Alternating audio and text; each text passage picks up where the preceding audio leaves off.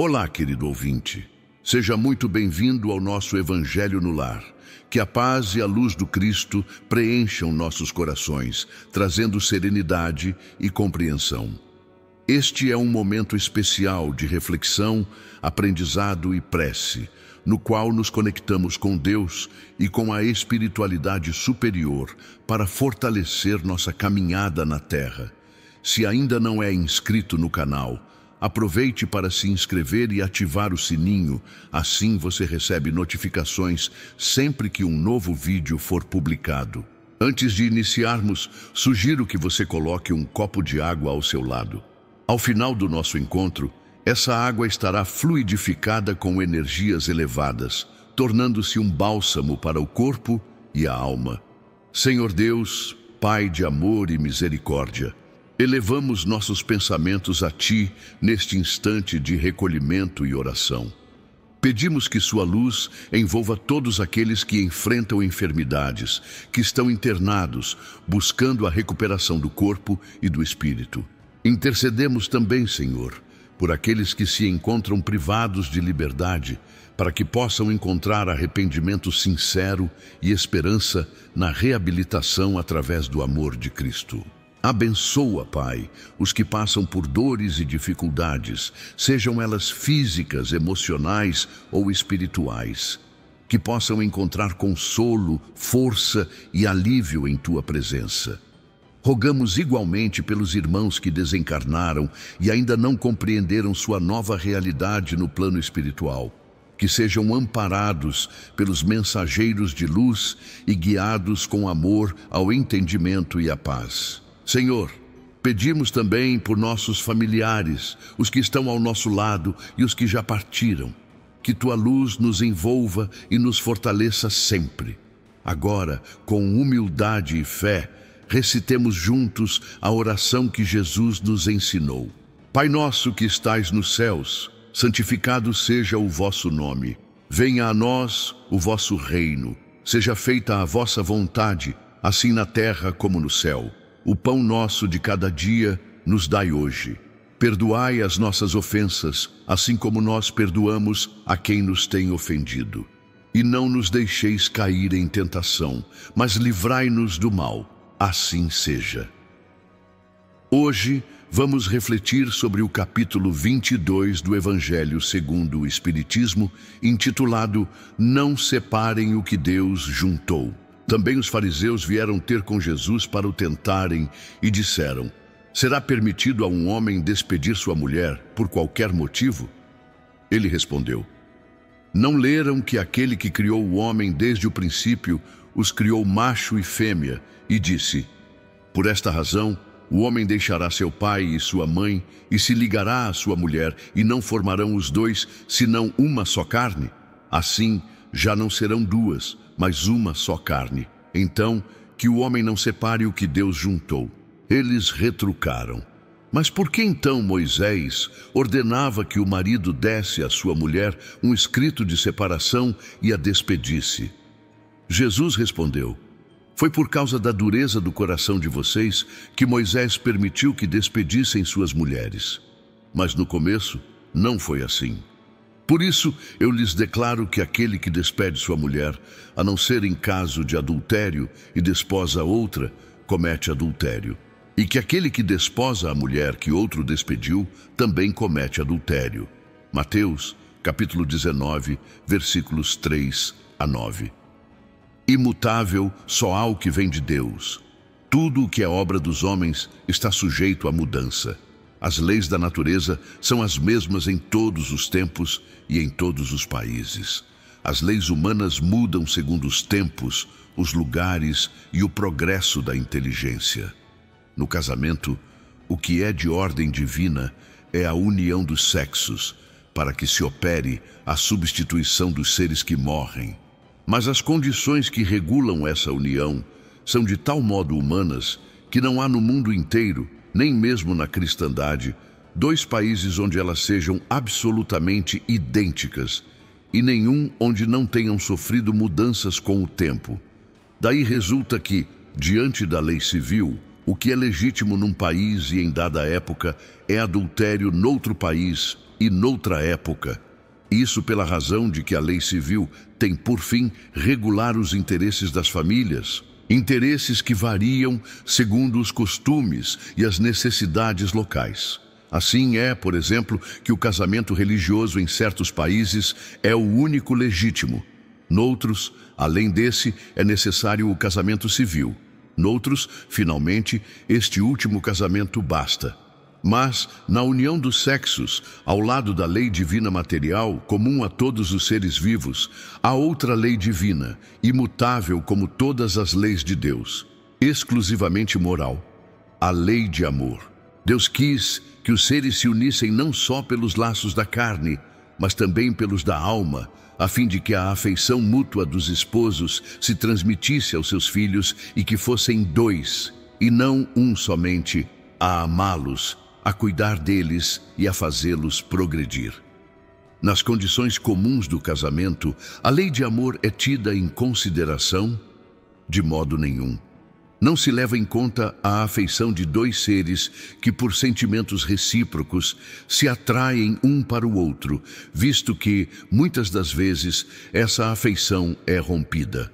Não é da satisfação do coração que se cogita, e sim da do orgulho, da vaidade, da cobiça, numa palavra, de todos os interesses materiais.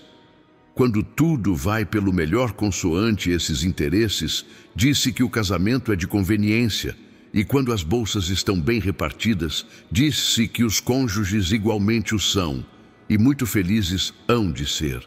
Porém, nem a lei civil, nem os compromissos que ela faz que se concordem, podem suprir a lei do amor, se esta não preside a união, resultando frequentemente separarem-se por si mesmos os que se uniram à força. A promessa feita ao pé do altar torna-se um falso juramento, se pronunciado como fórmula banal. Daí as uniões infelizes, que acabam tornando-se criminosas, dupla desgraça que se evitaria ao estabelecerem-se as condições do matrimônio, se não prescindisse da única que o sanciona aos olhos de Deus, a lei de amor. Deus, ao dizer, não serão senão uma só carne. E quando Jesus disse, não separem o que Deus uniu, essas palavras se devem entender com referência à união segundo a lei imutável de Deus, e não segundo a lei imutável dos homens. Será então supérflua a lei civil e deverá os casamentos voltar segundo a natureza? Não, de certo. A lei civil tem por fim regular as relações sociais e os interesses das famílias, de acordo com as exigências da civilização. Por isso, ela é útil e necessária, mas variável. Deve ser previdente, porque o homem civilizado não pode viver como selvagem. Entretanto, nada absolutamente se opõe a que ela seja um corolário da lei de Deus. Os obstáculos ao cumprimento da lei divina vêm dos prejuízos e não da lei civil. Esses prejuízos, se bem ainda exuberantes, já perderam muito do seu predomínio no seio dos povos esclarecidos. Desaparecerão com o progresso moral, que por fim abrirá os olhos aos homens para os males sem conto. As faltas, mesmo os crimes que decorrem das uniões contraídas com vistas unicamente nos interesses materiais. Um dia se perguntará o que é mais humano, mais caridoso, mais moral. Se encadear um ao outro dois seres que não podem viver juntos, se restituir-lhes a liberdade, se a perspectiva de uma cadeia indissolúvel não aumenta o número de uniões irregulares. O divórcio é lei humana que tem por objeto separar legalmente o que de fato já está separado.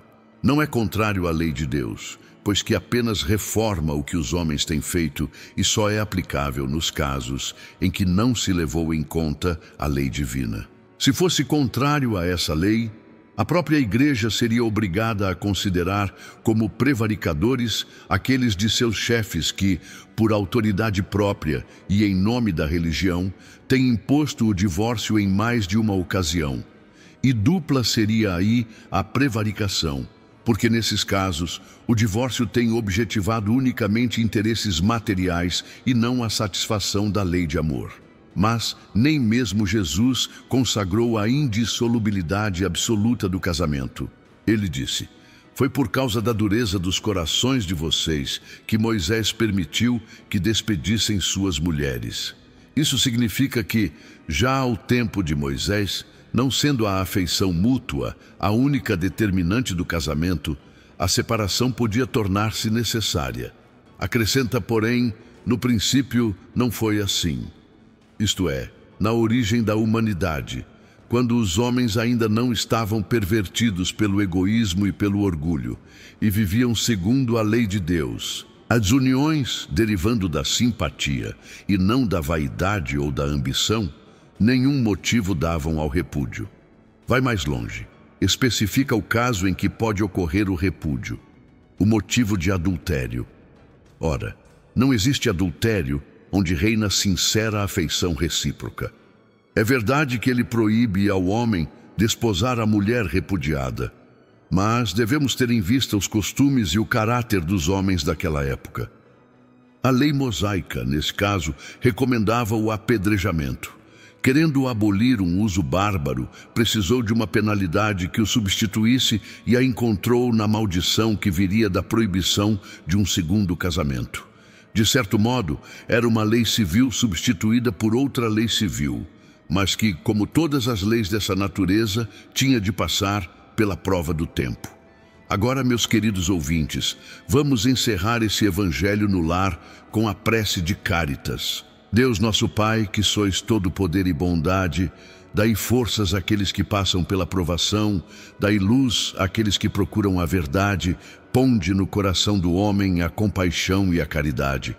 Deus, dai ao viajor a estrela guia, ao aflito a consolação, ao doente o repouso.